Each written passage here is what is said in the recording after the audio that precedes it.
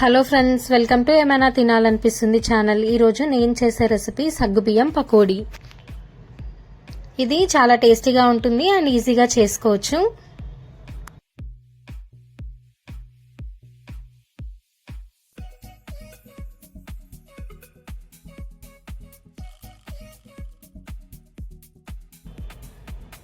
ఇది చేయడానికి ఒక గిన్నెను పెట్టుకోవాలి. అందులో హాఫ్ కప్ సగ్గుబియ్యం వేసుకోవాలి. ఇక్కడ నేను చిన్న సగ్గుబియ్యంని వాడుతున్నాను. ఇందులోకి వాటర్ వేసుకొని వాష్ చేసుకోవాలి. ఇట్లా మంచిగా వాష్ చేసుకున్న తర్వాత మనం ఏ కప్పుతో అయితే సగ్గుబియ్యం తీసుకున్నామో అదే కప్తో హాఫ్ కప్ వాటర్ వేసుకోవాలి. హాఫ్ కప్ పెరుగు వేసుకోవాలి.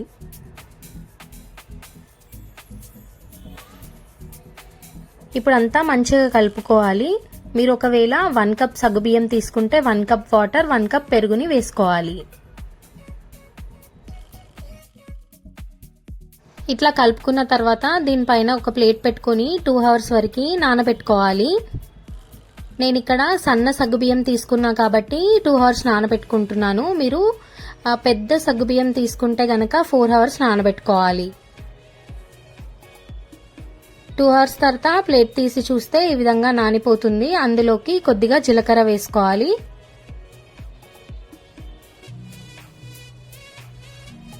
చిన్నగా కట్ చేసుకున్న అల్లం ముక్కలు వేసుకోవాలి.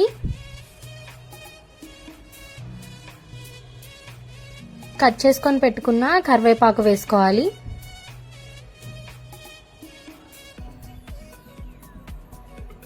చిన్నగా కట్ చేసుకున్న పచ్చిమిర్చి కూడా వేసుకోవాలి.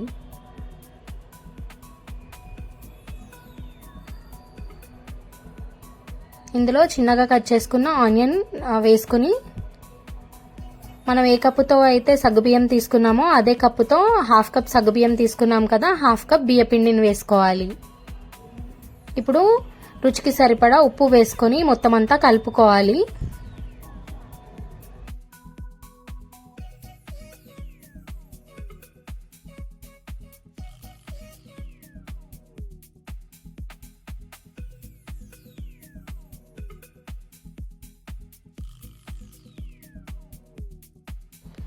పిండి కన్సిస్టెన్సీ వీడియోలో నేను చూపించే విధంగా ఉండాలి. మీకు కొద్దిగా లూజ్గా అయినట్టు అనిపిస్తే కొద్దిగా బియ్యపిండిని యాడ్ చేసుకోండి. మరీ గట్టిగా అయినట్టు అనిపిస్తే కొన్ని నీళ్ళని పోసుకొని కలుపుకోండి. ఈ విధంగా కలుపుకున్న తర్వాత పాన్ పెట్టుకోవాలి. అందులోకి డీప్ ఫ్రైకి సరిపడా ఆయిల్ వేసుకోవాలి. ఇప్పుడు ఆయిల్ బాగా వేడైన తర్వాత వీడియోలో నేను చూపించే విధంగా కొద్ది కొద్దిగా పిండిని తీసుకొని ఈ విధంగా వేసుకోవాలి.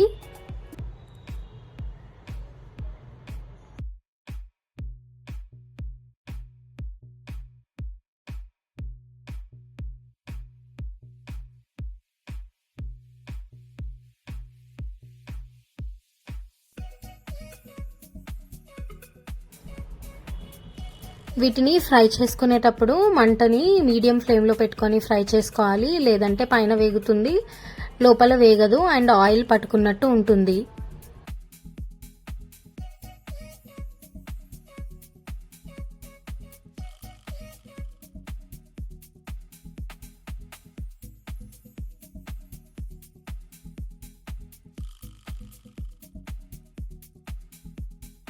ఇవి గోల్డెన్ బ్రౌన్ కలర్ వచ్చేంత వరకు ఫ్రై చేసుకొని తీసుకోవాలి.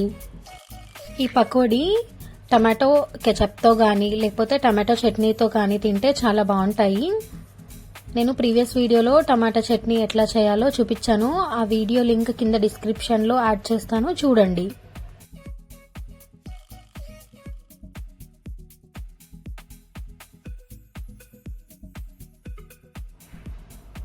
ఈ కలర్ వచ్చేంత వరకు ఫ్రై చేసుకొని తీసుకోవాలి.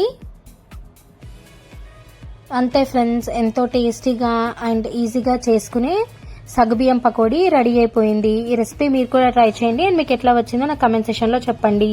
ఈ వీడియో కనుక మీకు నచ్చితే లైక్ చేయండి, సబ్స్క్రైబ్ చేయండి అండ్ మీ ఫ్యామిలీ మెంబర్స్తో షేర్ చేయండి.